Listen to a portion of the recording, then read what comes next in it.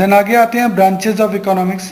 तो देखो हमने ये पढ़ चुके हैं कि रैगनार फ्रिस्ट 1933 में इन्होंने इकोनॉमी को दो पार्ट्स में बांटा था, micro economics and macro economics. कैसे देख, इकोनॉमिक्स में दो पार्ट में बांटा गया, माइक्रो और मैक्रो। यहाँ जो आई है ये हमें बताता है इंडिविजुअल के लिए, ये कहता है जब इंडिविजुअल की स्टडी करनी हो तो माइक्रो इकोनॉमिक्स जो है वो काम आता है। और यहाँ जो ए है वो हमें बताता है एग्रीगेट के लिए, एग्रीगेट यानी टोटल, है ना। तो मैक्रो जो है वो एग्रीगेट की स्टडी है यानी टोटल की स्टडी है, और माइक्रो जो है वो इंडिविजुअल की स्टडी है, ये अपन को ध्यान रखना है।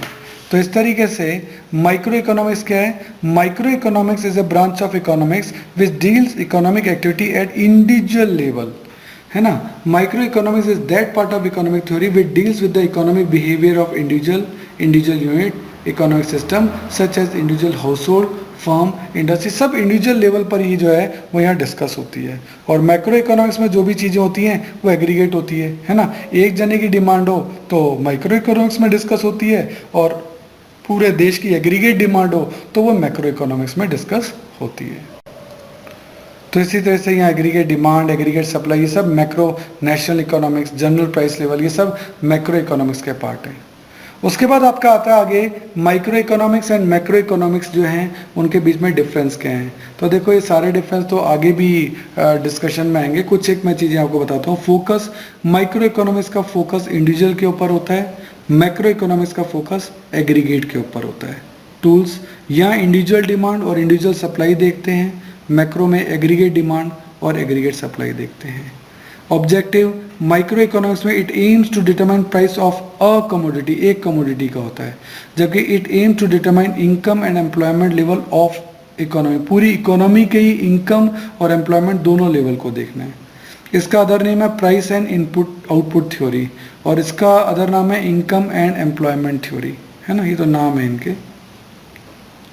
आगे देखते हैं इक्विलिब्रियम वाला पॉइंट वगैरह, तो ये अब आप आगे देखेंगे। अजम्पशंस हैं कि इकोनॉमी, ये कहता है कि माइक्रो इकोनॉमिक्स की इकोनॉमी जो है हमेशा फुल एम्प्लॉयमेंट स्टेट में काम करती है, यानी जो सभी देश के वर्कर हैं वो सब फुल एम्प्लॉयड हैं। माइक्रो इकोनॉमिक्स कहती है नहीं, ऐसा नहीं हो सकता, पूरा देश कभी फुल एम्प्लॉयमेंट नहीं हो सकता, अदरवाइज तो अनएम्प्लॉयमेंट खत्म हो जाएगा, और ऐसे वर्ल्ड में एक भी इकोनॉमी नहीं है जहाँ की अनएम्प्लॉयमेंट ना हो। दैट्स वाई ये कहते हैं कि इकोनॉमी हमेशा अंडर एम्प्लॉयमेंट स्टेट में काम करती है।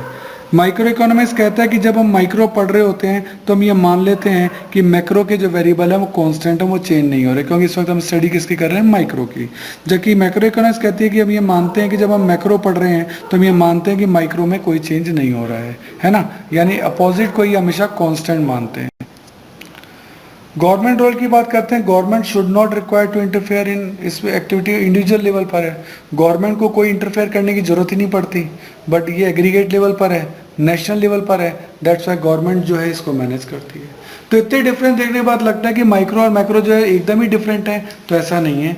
लिखा है इंटरडिपेंडेंस भी है, इंटरडिपेंडेंस बिटवीन माइक्रो और मैक्रो, एक्चुअली ये दोनों एक दूसरे को कोऑपरेट करती हैं। इसका हम एग्जाम्पल देख सकते हैं, यहाँ एग्जाम्पल देखें, जैसे यहाँ लिखा है नेशनल इनकम जो कि मैक्रो वेरिएबल्स का काम है, वो क्या है? सम ही तो है, total income of all the resident of economy. तो रेजिडेंट्स की जो इनकम है वो तो इंडिविजुअल इनकम है, उनका सम ही बन के क्या बन जाता है? National income. तो इसका मतलब बिना माइक्रो के मैक्रो तो हो ही नहीं सकता। ऐसे ही एक पर्टिकुलर इंडस्ट्री की जो वेज रेट चल रही है कि अब इसमें वेजेस क्या मिलती हैं, वो ऑब्वियस है देश की ओवरऑल वेज रेट क्या चल रही है उससे तो इफेक्टेड होती होगी। तो ऑब्वियस है इंडिविजुअल जो है वो एग्रीगेट से इफेक्टेड होता है, एग्रीगेट जो है वो इंडिविजुअल से इफेक्ट होता है। यहाँ ये भी एग्जाम्पल लिखा है कि माइक्रो इकोनॉमिक डिपेंड करती है मैक्रो पे। माइक्रो कैसे डिपेंड करती है?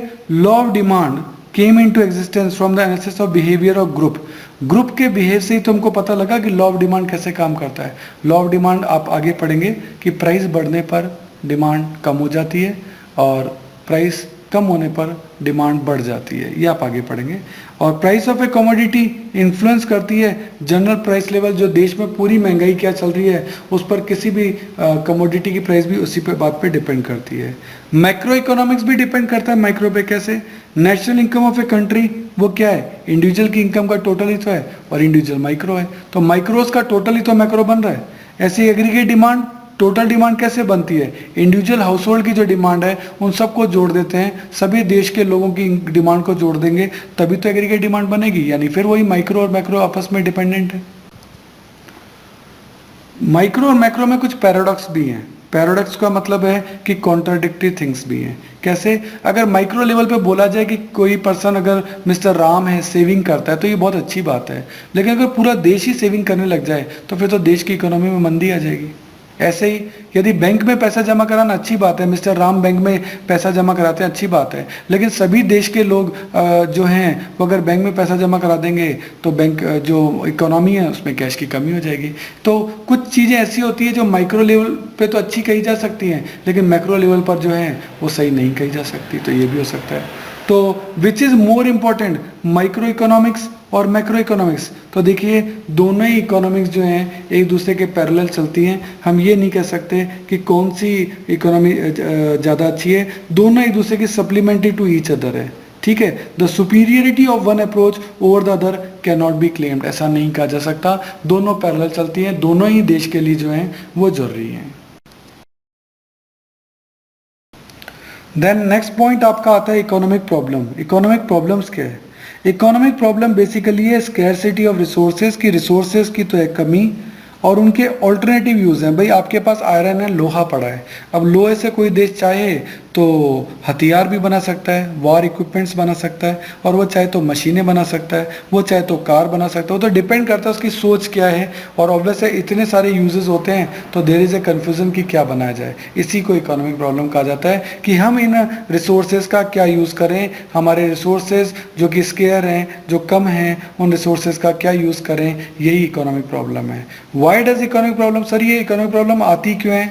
Number 1, unlimited human wants. Human wants कभी खत्म नहीं होती, एक वांट जैसे पूरी होती है उसकी दूसरी वांट आ जाती है। क्यों? क्योंकि वो बेटर स्टैंडर्ड ऑफ लिविंग चाहता है, वो चाहता है मेरा जो लिविंग स्टैंडर्ड है वो लगातार बढ़ता ही जाए। दैट्स वाई उसकी ह्यूमन वांट्स भी जो है वो लगातार बढ़ती जाती हैं। अनलिमिटेड है, रिपीटेड है और डिफरेंट इंटेंसिटी तक चली जाती हैं। Human want never satisfy. तो सबसे बड़ी प्रॉब्लम इकोनॉमिक प्रॉब्लम की ये है। दूसरा लिमिटेड रिसोर्सेज, क्योंकि रिसोर्सेज जो स्केयर हैं, कम हैं, लिमिटेड है, तो हमें उन लिमिटेड रिसोर्सेज से ही हमारी अनलिमिटेड वांट को पूरा करना है। अब वांट तो है ज़्यादा और रिसोर्सेज है कम, तो कैसे पूरे किए जाएंगे? तो डेफिनेटली आपको कुछ वांट्स को छोड़ना पड़ेगा, that is a problem.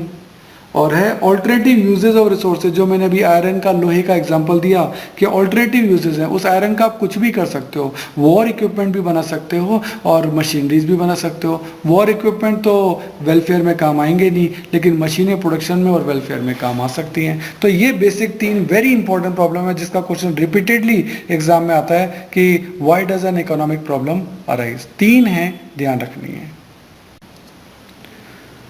Then आता है central problem of an economy. एक इकोनॉमी की सबसे ज़्यादा जो प्रॉब्लम है, सेंट्रल प्रॉब्लम्स हैं, वो कौन सी होती हैं? पहला है what to produce and in what quantity. पहली बात तो क्या बनाया जाए, क्योंकि देखो रिसोर्सेज लिमिटेड हैं और वांट्स अनलिमिटेड हैं, तो ऑब्वियस है लिमिटेड रिसोर्सेज के साथ सभी वांट्स को पूरा नहीं किया जा सकता, और कितना बनाना है ये भी तय करना है, ये नहीं हो वेस्टेज हो जाए।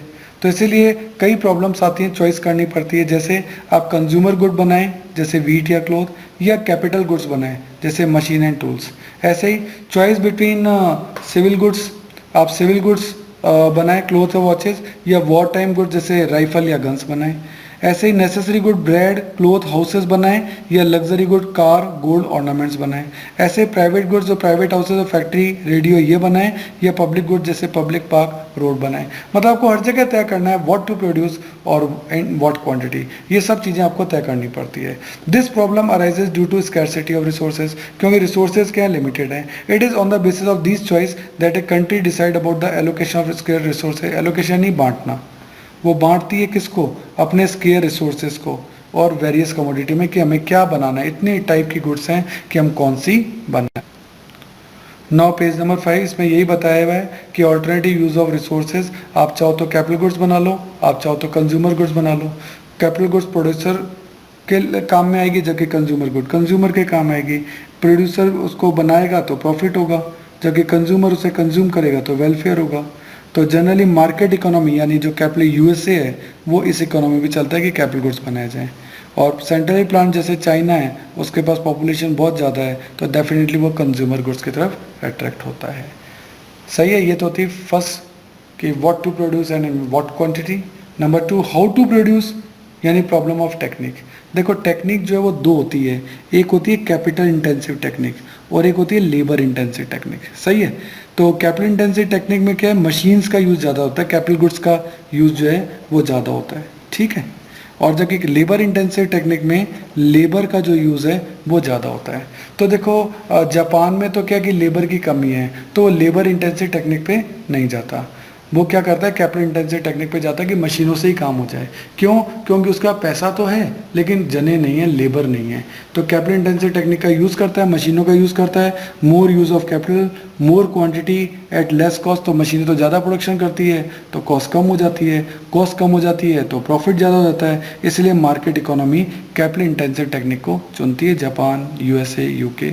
लेकिन जहाँ पॉपुलेशन ज़्यादा है जैसे इंडिया या चाइना, तो वो वहाँ कहते हैं कि हमारे लोग काम में कैसे लगेंगे अगर मशीनें काम कर लेंगी, तो वो लेबर इंटेंसिव टेक्निक का यूज़ करते हैं जहाँ लेबर यूज़ होती है। मोर यूज़ ऑफ लेबर होता है तो लेस क्वांटिटी तो कम बनती है पर लोग एम्प्लॉयमेंट में लग जाते हैं। सही है, क्वांटिटी कम बनती है क्योंकि वो मशीनों से ज़्यादा प्रोड्यूस नहीं कर सकते, तो ज़्यादा लोगों को एम्प्लॉयमेंट मिलता है तो वेलफेयर ज़्यादा होता है। नॉर्मली सेंट्रली प्लान इकोनॉमी जैसे चाइना जैसे देश जो हैं वो इस वाली टेक्निक को अपनाते हैं।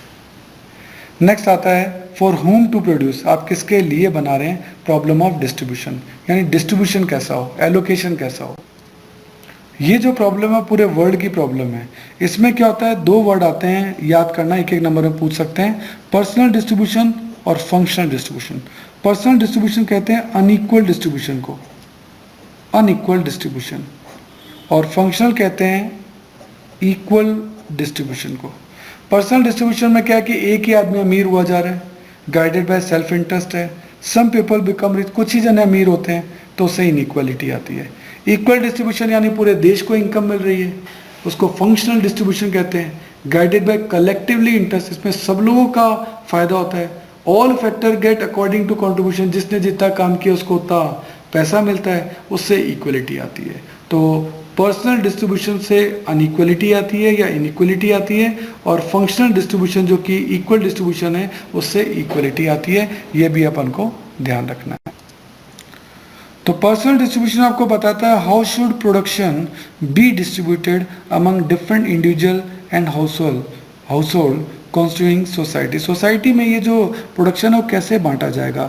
It is also concern with the problem of inequality in distribution of income, ये इनइक्वालिटी की प्रॉब्लम को भी फेस कराता है। देन फंक्शनल डिस्ट्रीब्यूशन, इसमें क्या होता है कि how should output be distributed among different factor of production, इसको कैसे डिफरेंट जगहों पे बांटा जाए। How much should go to labour in form of wages, कि लेबर को कितना मिलना चाहिए, और लैंडलॉर्ड को रेंट के तौर पे कितना मिलना चाहिए, और एंटरप्राइज को प्रॉफिट के तौर पे कितना मिलना चाहिए। ये सब प्रॉब्लम फंक्शनल डिस्ट्रीब्यूशन में होती है। सही है, तो ये दो चीज़ें जो हैं वो अपन ने यहाँ तक पढ़ी हैं, बाकी का टॉपिक अपन नेक्स्ट वीडियो में देखेंगे। Okay, thank you.